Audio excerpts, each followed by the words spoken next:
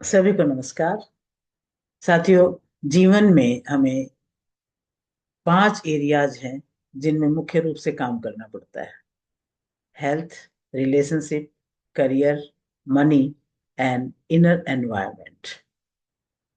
Health के ऊपर भी हमने जाना कि भगवत गीता में किस तरह से अपनी हेल्थ को ठीक रखने के लिए बहुत ही सरल शब्दों में भगवान श्री कृष्ण ने अर्जुन को बताया है। सात्विक भोजन हो, शुद्ध हो, तो हमारा शरीर अपने आप स्वस्थ रहेगा, मन भी स्वस्थ रहेगा, हमारी आध्यात्मिक उन्नति भी होगी। उसी प्रकार दूसरा जो हमारा महत्वपूर्ण एरिया है जीवन का, वो है हमारे रिश्ते, रिलेशनशिप।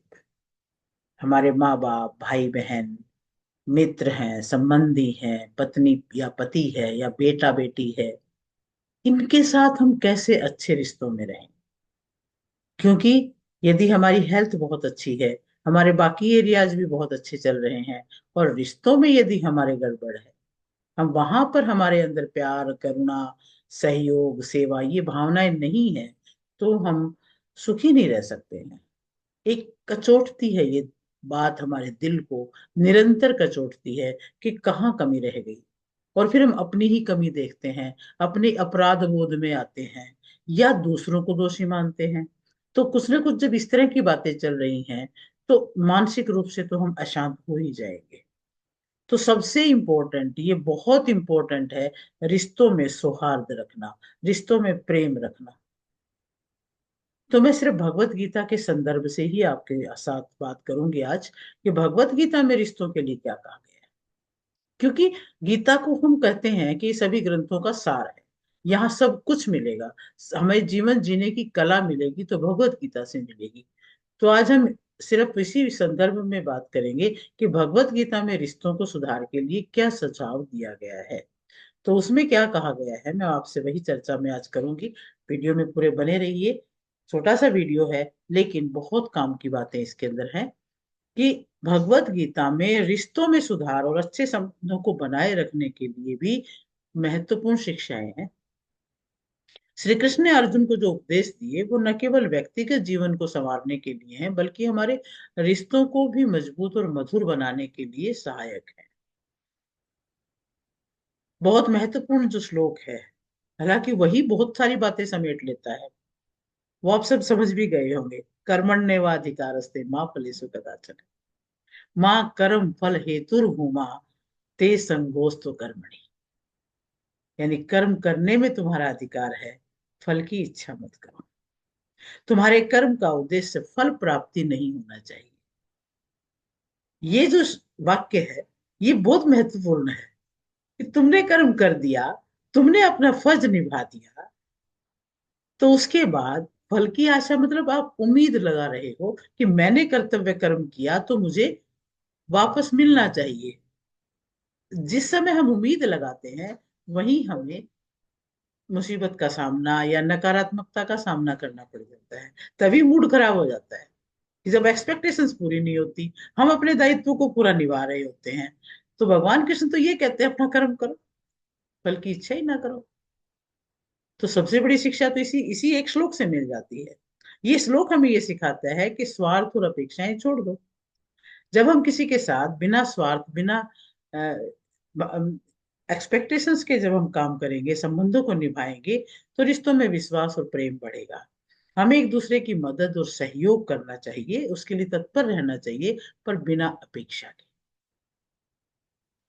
दूसरी बात दूसरी बात भगवान कृष्ण क्या कहते हैं, कि जो व्यक्ति मित्र, शत्रु, तटस्थ, पक्षपाती, पापी और साधु सभी को समान दृष्टि से देखता है, वही सच्चा योगी है।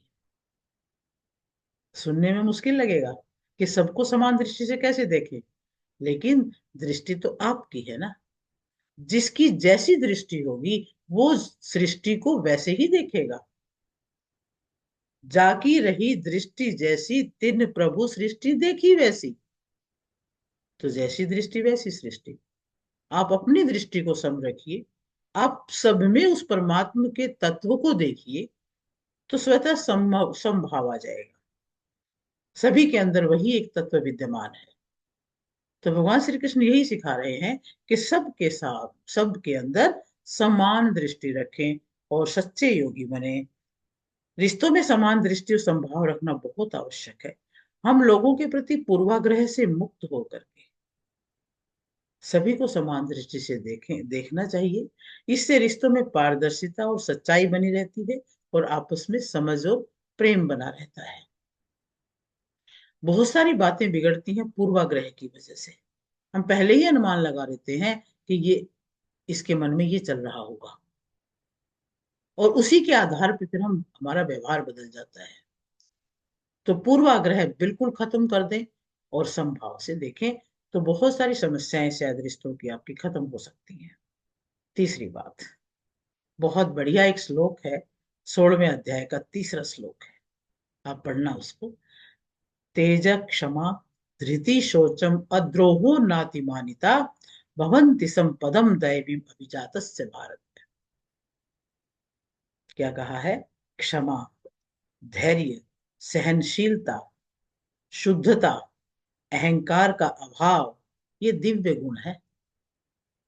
क्षमा करना और सहनशील, ये रिश्तों में सुधार के लिए महत्वपूर्ण भूमिका निभाता है। जब हम दूसरों की गलतियों को माफ कर देते हैं और धैर्य रखते हैं, तो हम अपने रिश्तों में तनाव और मनमुटाव को कम कर सकते हैं। इससे रिश्तों में एक सकारात्मक माहौल बनता है। अहंकार जो है, अहम जो है, वो बहुत बड़ी बाधा है हमारे रिश्तों को सुधारने में। और आज सबसे ऊपर यही है, हमारे सिर पे यही चढ़ा होता है, मैं क्यों, मैं ही क्यों, मैं क्यों बोलूं, मैं ही क्यों करूं। ये जो दो बातें हैं, ये हमें रिश्तों में सुधार के मौका नहीं देती हैं। तो भगवान भगवान देखो समझा रहे हैं हमें बहुत अच्छे से। भगवत गीता के अंदर एक और चौथी बात क्या समझाई है, कि हमें अहंकार का त्याग करना चाहिए और विनम्रता अपनानी चाहिए।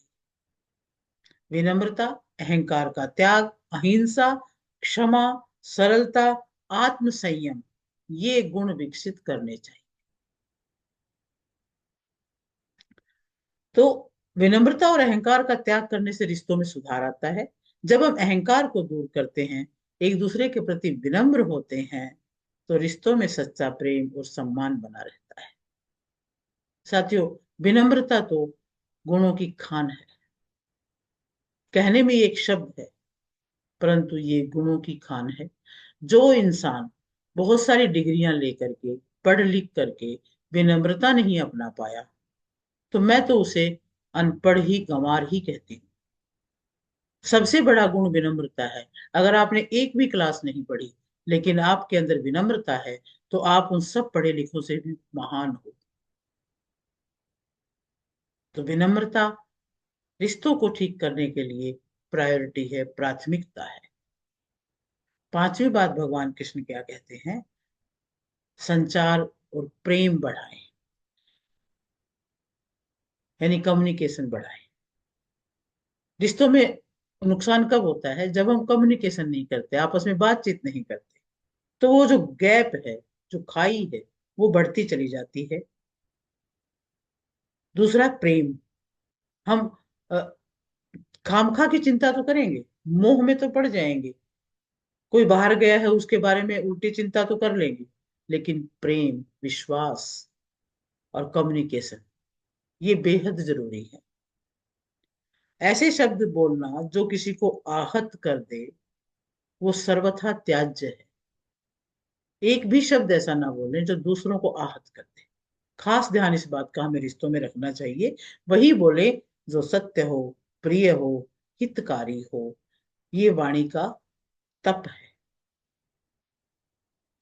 संचार में मधुरता हो, यानी आपकी बात करने में मधुरता होनी चाहिए, कर्कशपना नहीं होना चाहिए। सत्यता हो, स्नेह हो, प्रेममयी वाणी होनी चाहिए।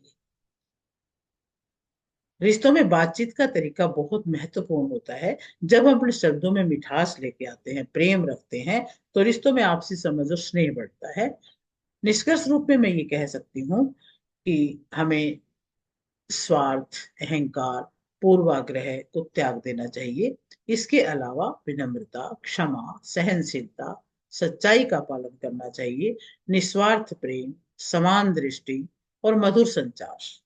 इनसे रिश्ते मजबूत होते हैं और मधुर बनते हैं। इस प्रकार हम गीता की शिक्षाओं को अपनाकर अपने रिश्तों में सुधार कर सकते हैं और एक सुखी, संतुलित और प्रेम पूर्ण जीवन बीता व्यतीत कर सकते हैं। मेरे साथ बोलिए, जय श्री कृष्ण।